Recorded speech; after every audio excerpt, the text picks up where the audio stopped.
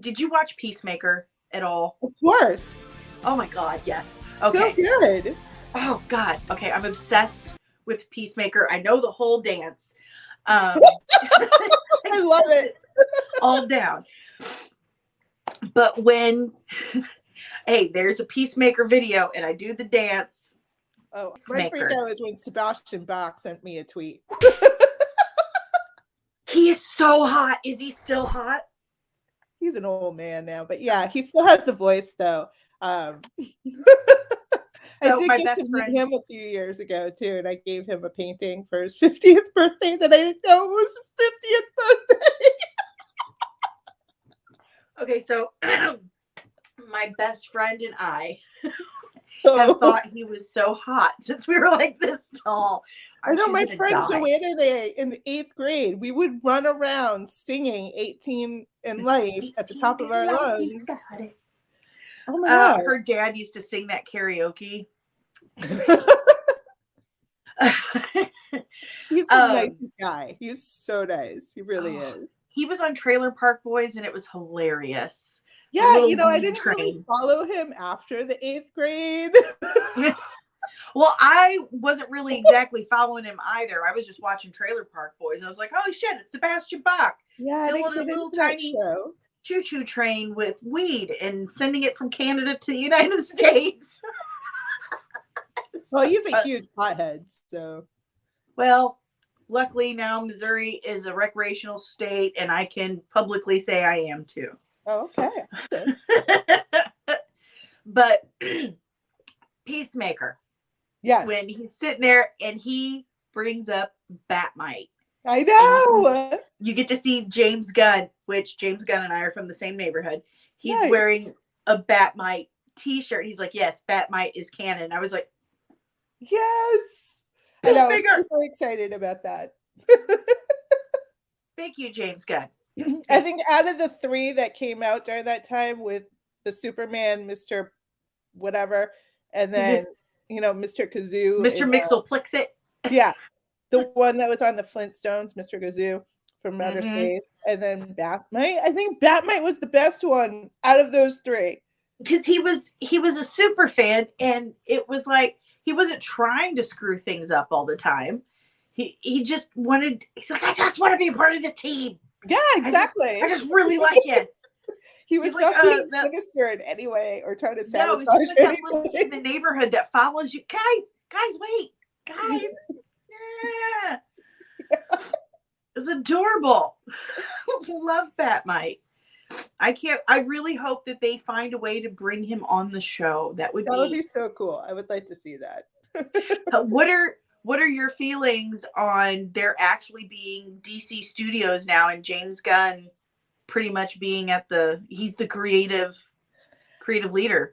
I think it's a better direction than what they've done in the last decade. I mean, Christopher Nolan's movies were good, yes. Mm-hmm. The last Batman movie was good, but it was a little long. Some of these more quote unquote artsy movies that they've been doing with like the Joker movie and even with the last Batman movie, I think that's more of the direction they should be going in because of the type of characters they are. I think that DC, Warner Brothers kind of hurt themselves trying to compete with Marvel, Disney, and what they did. They've never been that way with their characters. Look at the only 2. I mean, okay, now there's a little more, but like you had the Tim Burton first 2 movies that were connected, right? Mm-hmm. Then you had the one that came out after that. That was Val Kilmer, which I loved the movie. I like the Bat Nipples. That was George Clooney after that one. Oh. So like even right there, even with that little strip right there, none of those are canon to each other. They might be relevant to something in a book somewhere that someone wrote a story about, but they're not related. And the approach that Marvel took was from day one, they were all going to be connected. So they started right out coming out of the door knowing what direction they were going to go to. So when they brought in Snyder, I understand what they were trying to do, but they totally didn't do it right, unfortunately. And I think No. that if they treat it more as an independent, right? Think of the independent films that they've done with these characters and how much more significantly good they are compared to what they've tried to do with the whole, let's make it all connected. I didn't Yeah. like the Snyder verse. There were a couple of things I did like. Like, I really like Ben Affleck as Batman Bruce Wayne. I think he did an amazing job. I think he gets you know, he gets bashed on because the movies were so bad, but they don't look at him. When I look Mhm. at it, I look at him and know that he is an amazing actor and what is he bringing to the character. Like, I hated Christian Bale. I hated him. Really? Now, Christopher Nolan's movies, they're okay. They're pretty Mhm. good. Like, there's some good stuff coming out of there. My favorite was, of course, The Dark Knight with Heath Ledger. And he's got a beautiful vision with his movies, but I hated Christian Bale as Batman Bruce Wayne. He was too arrogant.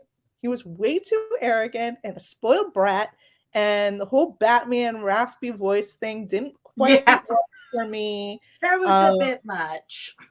so he wasn't my favorite. My favorites are Michael Keaton. Still is like a huge favorite for me. Ben Affleck definitely makes that list. Even Val Kilmer, I really liked Val Kilmer and what they did with his particular portrayal of the character. Again, if you look at them individually instead of trying to make this convoluted story that doesn't really exist, it's not going to work and the fans are going to reject it. And that's kind of And what's been going on. I really feel like you've really hit the nail on the head with it. Um, People will ask me, "Oh, are you DC or you Marvel?" And I will always say, "Well, it's comparing apples to oranges. They're two totally different things. They're both comic books, yes, but Marvel has one ambition for their Mm-hmm. one goal for their storytelling. DC has another. DC's more morality tales. Marvel is relatability and you know average Joe ambiguity. So when it came to the MCU and the DC EU, it was Mm-hmm. like Warner Brothers was like, all right, here's the thing, we're midstream, but we are going to beat them at their own game by changing the rules and doing it differently.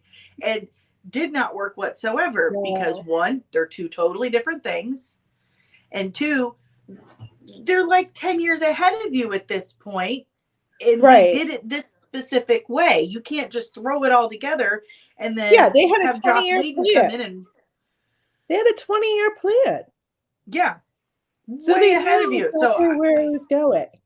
And that's I why it think was it was a successful. genius move to say, "Hey, James Gunn, what are you doing? Like, give us the hand." And Well, he's like, he's "All had right, some success now. I mean, the mm-hmm. Suicide Squad was a huge success. Yeah." And Bill's characters are all over that movie. All over it. Polka Dot Man. I was like, "Oh my god!" Calendar Man. There's a bunch of characters in there that were his characters. So, funny story. So was invited to the premiere for that one. I was invited to the first Suicide Squad because Batman's in that, and Mm-hmm. typically if Batman's in it, then I get to go to the premiere, which is fun. But anyway, so I was invited to the Suicide Squad, and I'm like, but Batman's not in this. And so I'm there with my fiance, and I'm like, I don't even know why I'm here. Like, it's not even taking place in Gotham. Like, why am I here? And so he's like, well, didn't your grandfather make Polka Dot Man? And I'm like, Google. Oh shit. Yeah. That's why I'm here. I bet you David Dasmalchian could have educated you on all of that. That is I didn't get one. to talk to any of those people. I tried to introduce myself to James Gunn, and he was just too protected. It's hard at those kind of events because they have their little cliques. So I have to try to catch them when they're not in their little circle, which I've been able to do that a few times. Like I got to meet Robert Pattinson because he was just walking across the room, and he was by himself, and I'm like, hi. This is who I am. You need to meet me. I think you should reach out to David Dasmalchian on the guy who played Polka Dot Man. Reach out to him on Instagram. He is a massive comic fan. All right, massive. I will try to reach out to him. And so, I did try to introduce myself to a few of the people there. Again, it's hit or miss. I mean, I could tell you stories, but I don't want to shed bad light on anyone. We'll talk about that in secret. Disney and Kathleen Kennedy are gonna get you!